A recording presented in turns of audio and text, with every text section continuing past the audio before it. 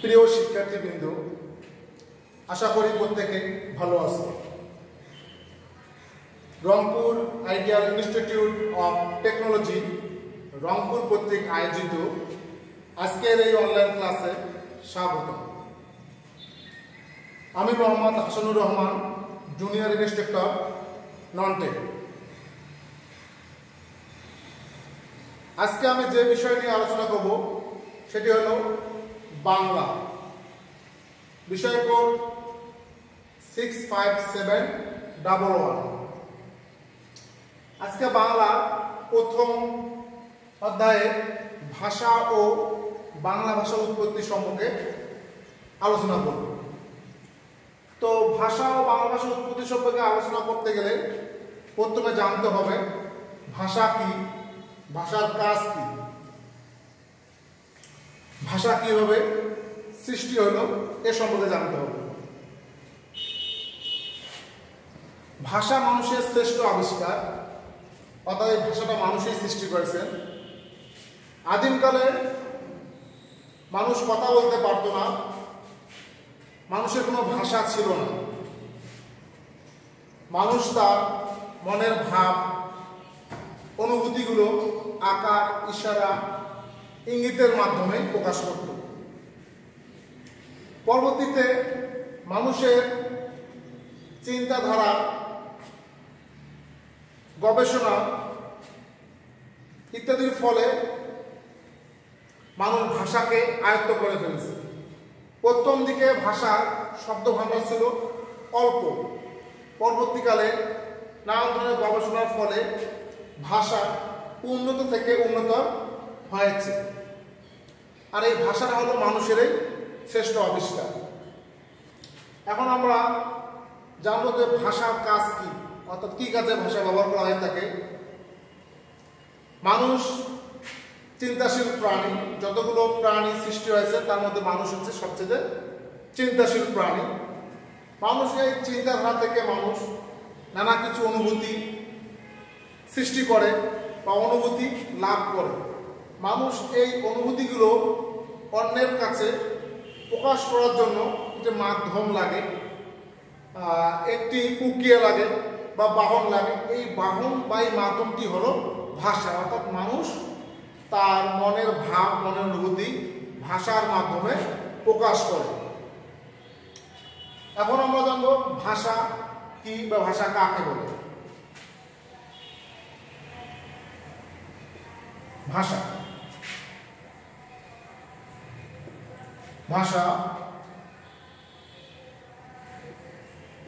মানুষের মনের ভাব,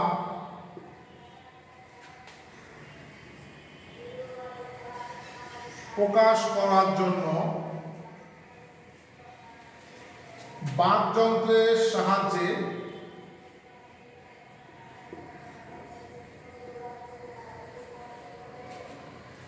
অন্যের বোধগম্যে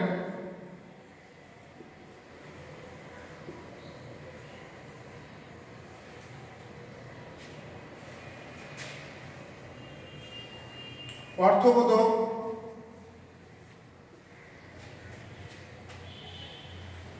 ধ্বনি বা ধ্বনির সমষ্টিকে ভাষা বলে। অর্থাৎ মানুষের মনে ভাব প্রকাশ করার জন্য বাকযন্ত্রের সাহায্যে অন্যের বোধগম্যে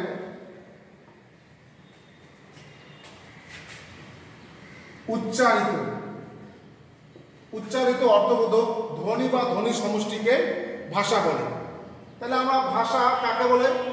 ভাষা হলো মানুষের মনে ভাব প্রকাশ করার জন্য বাকযন্ত্রের সাহায্যে অন্যের বোধগম্যে উচ্চারিত অর্থবোধক ধ্বনি বা ধ্বনি সমষ্টিকে ভাষা বলে। এখানে দেখেন বাকযন্ত্র, অর্থবোধক ধ্বনি, অর্থাৎ এই বাকযন্ত্রটা কি আমরা জানতে হবে। বাকযন্ত্রটা যদি আমরা একটু বিশ্লেষণ করি বা ভেঙে বলি, তাহলে বাক প্লাস যন্ত্র সমান সমান বাকযন্ত্র। অর্থাৎ বাক প্লাস বাক যোগ যন্ত্র সমান বাকযন্ত্র। বাক অর্থ হলো কথা বলা, বাক অর্থ হলো কথা বলা, আর যন্ত্র অর্থ হচ্ছে উপকরণ বা যন্ত্রপাতি যেটা বলি। এখানে এই যন্ত্র বলতে বোঝানো হয়েছে মানুষের বিভিন্ন অঙ্গ প্রত্যঙ্গকে বোঝানো হয়েছে যেটি কথা বলাতে সাহায্য করে। অর্থাৎ যে অঙ্গ প্রত্যঙ্গগুলো মানুষকে কথা বলাতে সাহায্য করে বা কথা স্পষ্ট হওয়ার জন্য সাহায্য করে তাকেই বলা হয় যন্ত্র, অর্থাৎ বাকযন্ত্র। তাহলে বাকযন্ত্রগুলো হলো যেমন দাঁত, নাক, জিহ্বা, তালু ইত্যাদি। এগুলো মানুষকে স্পষ্টভাবে কথা বলতে সাহায্য করে। এগুলো ছাড়া কথা স্পষ্ট হয় না। মানুষের যদি দাঁত না থাকে সেক্ষেত্রে মানুষ কথা বলতে গেলে তার কথাটা স্পষ্ট হবে না। এখন আসে অর্থবোধক শব্দ। শুধু কথা বললেই যে ভাষা হয়ে যাবে তা না, এর একটা অর্থবোধক শব্দ থাকতে হবে, অর্থ থাকতে হবে। যদি আমি শব্দটা বলি আর এই শব্দটা যদি কোনো অর্থ না বোঝায় তাহলে সেটাকে আমরা ভাষা বলবো না। তাই ভাষা হতে গেলে অবশ্যই সেটা একটা অর্থ থাকতে হবে, সুনির্দিষ্ট অর্থ থাকতে হবে। তাইলে আমরা ভাষা সম্পর্কে জানতে পারলাম যে মানুষের মনের ভাব প্রকাশ করার জন্য বাকযন্ত্রের সাহায্যে অন্যের বোধগম্য উচ্চারিত অর্থবোধক ধ্বনি বা ধ্বনি সমষ্টিকে ভাষা বলে। অর্থাৎ ভাষা হলো ভাব প্রকাশের প্রধান বাহন, ভাব প্রকাশের প্রধান মাধ্যম।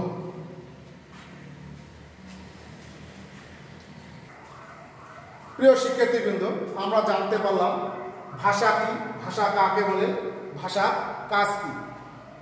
পৃথিবীতে প্রায় ৩,৫০০-এরও বেশি ভাষা রয়েছে। এই ভাষাগুলোর মধ্যে সবচেয়ে বেশি ব্যবহৃত হয় চাইনিজ ভাষা, অর্থাৎ চাইনিজ মান্দারিন ভাষা সবচেয়ে বেশি ব্যবহৃত হয়। ভাষাগত দিক দিয়ে বাংলা ভাষার অবস্থান পৃথিবীতে ষষ্ঠ, অর্থাৎ ৬ নম্বরে রয়েছে বাংলা ভাষা অবস্থান।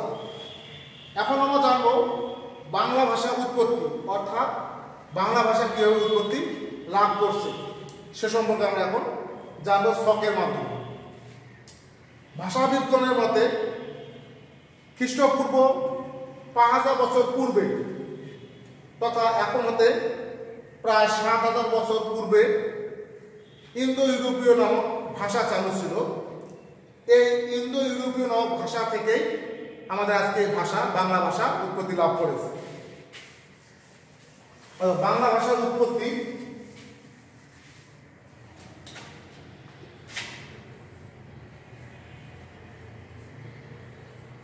ইন্দো ইউরোপীয়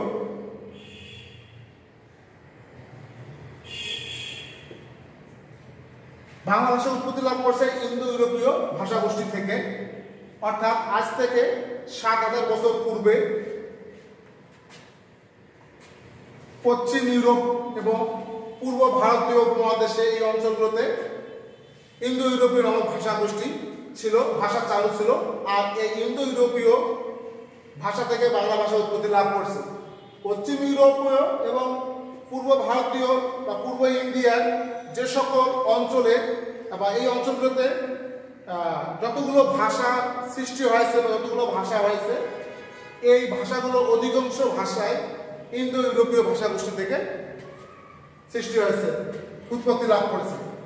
ইন্দো ইউরোপীয় ভাষা দুইটি শাখা, একটি হচ্ছে কেন্তু আর একটি হচ্ছে শতক। অর্থাৎ এই কিন্তু বা শতক এগুলোকে ভাষা বলবো না, এগুলো হচ্ছে শাখা। কার শাখা? ইন্দো ইউরোপীয় ভাষাগোষ্ঠীর শাখা। এই ইন্দো ইউরোপীয় ভাষাগোষ্ঠী হতে বাংলা ভাষা উৎপত্তি লাভ করছে। এটি খ্রিস্টপূর্ব ৫,০০০ বছর পূর্বে ছিল। আর ইন্দো ইউরোপীয় ভাষাগোষ্ঠীর দুইটি শাখা হলো, একটা হলো কেন্তু আর একটা হলো শতক। এই শতক শাখাতে বিভিন্ন জাতি বসবাস করত। এই শতক শাখায় এসে বিভিন্ন জাতি বসবাস করত, বিভিন্ন জাতির ভাষা বিভিন্ন রকম ছিল। যেমন যারা সৌদি আরবে ছিল তাদের ভাষা ছিল আরবি, যারা মিশরে ছিল তাদের ভাষা ছিল মিশরীয়, যারা ইরানে ছিল তাদের ভাষা ছিল ইরানি। আর আমরা যে ভূখণ্ডে বসবাস করতাম সে ভূখণ্ডে ছিল ভারতীয়, অর্থাৎ আমরা এই ভারতীয় উপমহাদেশে যে ভূখণ্ডে যাতে আমরা ভারতীয় উপমহাদেশের পূর্ব ভূখণ্ডে, পূর্ব দিকে ছিলাম, এই ভূখণ্ডে ভাষা ছিল ভারতীয়। এই ভূখণ্ডে ভারতীয় অন্য এক অঞ্চল, ভারতীয় উপমহাদেশের অন্য এক অঞ্চলের লোক এসে, অর্থাৎ তারা ছিল আর্যরা এসে আমাদের এই ভারতীয় এই জায়গাটাকে কি করছিল, শাসন করছিল। ফলে এখানে আর্যরা শাসন করার ফলে আর্য ভাষার সৃষ্টি হয়ে থাকে, অর্থাৎ যেহেতু পূর্বে ভারতীয় ছিল তাই এখানে হবে পূর্ব ভারতীয় আর্য, অর্থাৎ ভারতীয় আর্যরা এসে আমাদের শাসন করত, ফলে এই ভাষার সৃষ্টি ছিল। এই আর্যদের ভাষা দুই ধরনের ছিল, একটি ছিল লিখিত ভাষা, একটি ছিল মৌখিক ভাষা। অর্থাৎ লিখিত ভাষাটা ছিল সংস্কৃত ভাষা আর মৌখিক ভাষাটা ছিল প্রাকৃত ভাষা। তা ভারতীয় শতম শাখা হতে ভারতীয় ভাষা উৎপত্তি লাভ করে। এখান হতে আর্যরা শাসন করার পর আর্য ভাষা চালু হয়। আর আর্য ভাষার মধ্যে দুটি অংশ ছিল, একটা ছিল মৌখিক, একটা লিখিত। মৌখিক অংশটির নাম ছিল প্রাকৃত আর লিখিত অংশটির নাম ছিল সংস্কৃত ভাষা। অর্থাৎ আর্য দুটি অংশ হলো, একটা হলো মৌখিক ভাষা প্রাকৃত আর একটা ছিল লিখিত ভাষা সংস্কৃত। আবার এই প্রাকৃত ভাষার মধ্যে গৌড়ীয় নামক একটা অঞ্চল ছিল, এই অঞ্চলের ভাষা ছিল গৌড়ীয় প্রাকৃত। আবার মগধ নামে একটি জায়গা ছিল, এই অঞ্চলের মানুষের ভাষা ছিল মাগধী। তো আমাদের ভাষাবিদদের মতে ডক্টর সুনীতি কুমারের মধ্যে মাগধী প্রাকৃত ভাষা হতে বাংলা ভাষা উৎপত্তি লাভ করছে, এটি বলেছেন ডক্টর সুনীতি কুমার।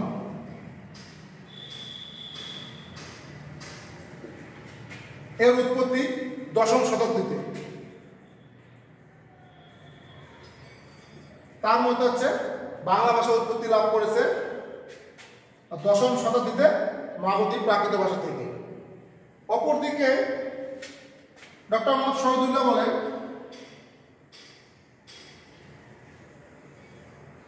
ডক্টর মোহাম্মদ শহীদুল্লাহর মতে বাংলা ভাষা উৎপত্তি লাভ করেছে গৌড়ীয় প্রাকৃত থেকে। এটি উৎপত্তি লাভ করেছে 7ম শতাব্দীতে। অর্থাৎ এই প্রাকৃত ভাষা আবার দুটি অংশ, একটা ছিল মাগধী, একটা ছিল গৌড়ীয়। ডক্টর সুনীতি কুমার তার মতে ছিল যে বাংলা ভাষা উৎপত্তি লাভ করেছে মাগধী প্রাকৃত ভাষা থেকে, যেটি উৎপত্তি লাভ করেছে 10ম শতাব্দীতে। আর অপরদিকে ডক্টর মোহাম্মদ শহীদুল্লাহ বলেছেন, যেটা আমরা এই অঞ্চলে বা বাংলাদেশের মানুষের আমরা প্রাধান্য দিয়ে থাকি ডক্টর মোহাম্মদ শহীদুল্লাহকে, তার মতে বাংলা ভাষা উৎপত্তি লাভ করেছে গৌড়ীয় প্রাকৃত ভাষা থেকে 7ম শতাব্দীতে। বলতে গৌড়ীয় এবং প্রাকৃত ভাষা,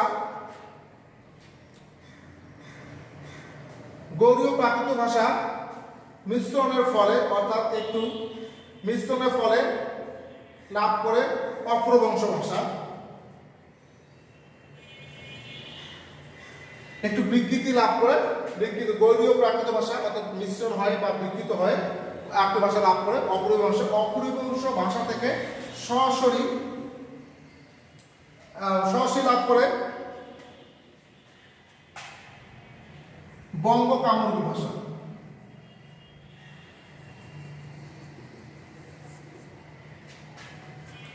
অর্থাৎ গৌড়ীয় ও প্রাকৃত ভাষা যখন মিশ্রণের ফলে বা বিকৃত হয়ে অপ্রবংশ ভাষা সৃষ্টি লাভ করে, এই অপ্রবংশ ভাষা সরাসরি বঙ্গ কামরূপী ভাষা রূপ লাভ করে। আর এই বঙ্গ কামরূপী ভাষা থেকে আমাদের বাংলা ভাষা সৃষ্টি হয়। তাহলে আমরা এই বঙ্গ কামরূপী ভাষা থেকে বাংলা ভাষা উৎপত্তি লাভ করে 650 খ্রিস্টাব্দে, যা 650 খ্রিস্টাব্দ অর্থাৎ 7ম শতাব্দীতে বাংলা ভাষা উৎপত্তি লাভ করে। তাহলে আমি আবারও বুঝাই দিচ্ছি,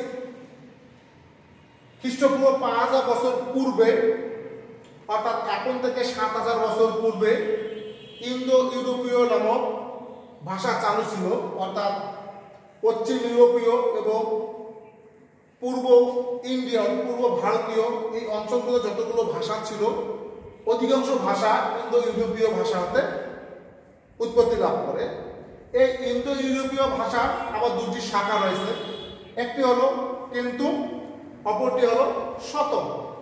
এই শতম শাখা বিভিন্ন জাতি বসবাস করত বলে এই জাতিগুলো আলাদা আলাদা ভাষা ছিল। যারা আরবীয় ছিল তাদের ভাষা ছিল আরবি, মিশরীয়দের ভাষা ছিল মিশরীয়, ইরানে যারা আছে তাদের ভাষা ছিল ইরানি। আর আমরা এই শতম শাখার যে ভূখণ্ড অর্থাৎ আমরা যে ভূখণ্ডে বসবাস করছিলাম এটা ছিল ভারতীয় পূর্ব দিকে, অর্থাৎ এই ভূখণ্ডে ভাষা ছিল ভারতীয়। আমরা ভারতের পূর্ব দিকে বসবাস করছিলাম।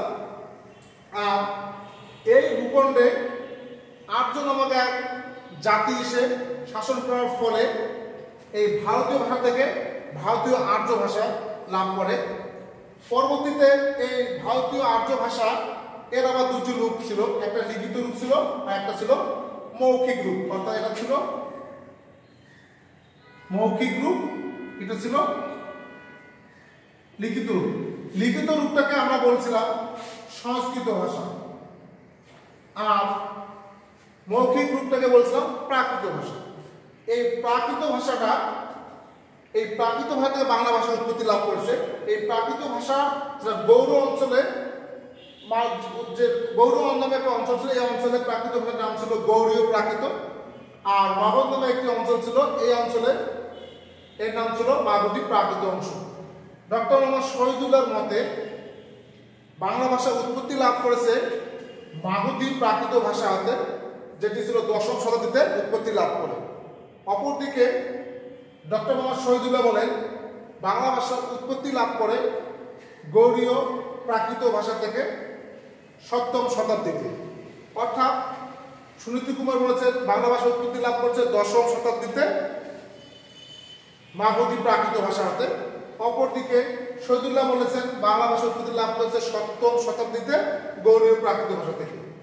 এই গৌড়ীয় প্রাকৃত মাগধী প্রাকৃত ভাষা বিকৃত হয় বা মিশ্রিত হয়ে অপভ্রংশ ভাষা লাভ করে এবং এই অপভ্রংশ ভাষা সরাসরি বঙ্গ কামরূপী ভাষা আসে। আর এই বঙ্গ কামরূপী ভাষা থেকে আমাদের বাংলা ভাষা উৎপত্তি লাভ করে, যেটি উৎপত্তি লাভ করে 650 খ্রিস্টাব্দে অর্থাৎ 7ম শতাব্দীতে। বাংলা ভাষা উৎপত্তি লাভ করে 7ম শতাব্দীতে। তো প্রিয় শিক্ষার্থীবৃন্দ, আমরা জানতে পারলাম ভাষা কি, ভাষার কাজ কি, বাংলা ভাষা কিভাবে উৎপত্তি লাভ করছে এ সম্পর্কে আমরা আজকে জানতে পারলাম। তো তোমরা বাসায় বইয়ের সঙ্গে আমাদের এই ছকটা মিলায় পড়বে। ভাষা কি, ভাষা কাকে বলে, বাংলা ভাষা কিভাবে উৎপত্তি লাভ করলো, কোথা থেকে উৎপত্তি লাভ করলো, ডক্টর মোহাম্মদ সুনীতি কুমারের মতে বাংলা ভাষা কোন শতাব্দীতে উৎপত্তি লাভ করেছে, শহীদুল্লাহর মতে কোন শতাব্দীতে উৎপত্তি লাভ করেছে, আর বাংলা ভাষা কোন শতাব্দীতে উৎপত্তি লাভ করেছে এ সম্পর্কে আমি আজকে এই ছকের মাধ্যমে বললাম। তোমরা বাসায় এগুলো সুন্দরভাবে পড়বে, বইয়ের সঙ্গে মিল রেখে পড়বে।